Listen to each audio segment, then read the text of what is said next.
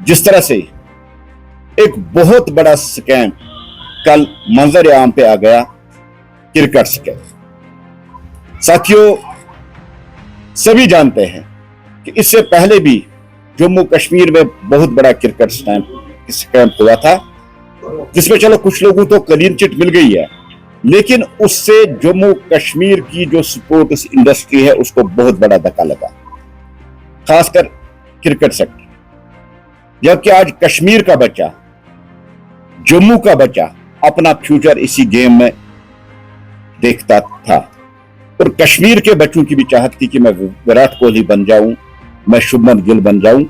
लेकिन बदकिस्मती से कश्मीर में हमेशा इस सेक्टर के साथ धोखा, नाइंसाफी और हमारे बच्चों के मुस्तकबिल के साथ खिलवाड़ हुआ, खासकर इस प्रेजेंट गवर्नमेंट में।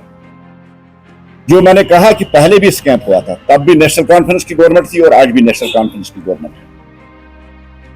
जो कल स्कैम हुआ है, हम खाली इसको पैसों के ही तराजू में न तोले, इससे कश्मीर की इमेज खराब हुई है। वो कश्मीर जो मेहमान नवाजी के लिए दुनिया भर में माना जाता है। क्रिस गेल जैसे इंटरनेशनल स्टार्स का यहां से इस हालत में वापस चले जाना, ये एक बहुत बड़ी मैसेज पूरी दुनिया में चली गई कि कश्मीर में किस तरह से स्कैम हो रही। और एक तरह से जो बच्चे अपना फ्यूचर इस सेक्टर में देखते हैं, उनको अब तारीखी और अंधेरा ही अंधेरा नजर आए। साथियों, सबसे बड़ा सवाल है कि जो इसके ऑर्गेनाइजर है, गवर्नमेंट को बोलना चाहिए कि वो कौन है, किन्होंने इसको ऑर्गेनाइज किया है, किन्होंने इंटरनेशनल खिलाड़ियों को यहां दावत दी और किन्होंने पूरे जम्मू कश्मीर से टीमों को बुला के यहां जो टूर्नामेंट है इसको मुनक्किद कराया और बीच में ही छोड़ दिया। नंबर 1 ये, और ये पॉसिबल तब तक नहीं है। बख्शी स्टेडियम एक गवर्नमेंट स्टेडियम है, जब तक प्रॉपर अप्रूवल हमारे स्पोर्ट्स मिनिस्टर साहब की तरफ से नहीं आएगा, तब तक बख्शी स्टेडियम में ऐसा कोई प्राइवेट क्रिकेट टूर्नामेंट खेलने की इजाजत नहीं होगी। यह सबसे बड़ा क्वेश्चन है नेशनल कॉन्फ्रेंस वाली गवर्नमेंट और हमारे honourable sports minister Satish Sharma साहब, जिन्होंने जम्मू कश्मीर के क्रिकेट पे एक बहुत बड़ा दाग लगा दिया।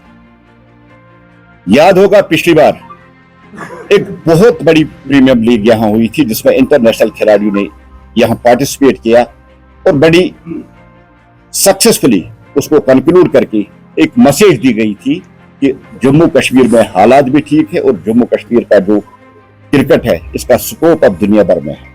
लेकिन इस साल जिस तरह से ये स्कैम मंजर आम पे कल से आ रहा है, जम्मू कश्मीर के बच्चों के साथ ये बहुत बड़ा विश्वासघात है, बहुत बड़ा धोखा है। यहां की मेहमान नवाजी, यहां का प्रोटोकॉल जो बाहर के लोगों को मिलता है, और खासकर हम कश्मीरियत की बात करते हैं, आज उसी कश्मीरियत को रुस्वा करने वाले सतीश शर्मा साहब है, जिन्होंने अभी तक इस स्कैम की सुध नहीं ली है। इतना ही नहीं,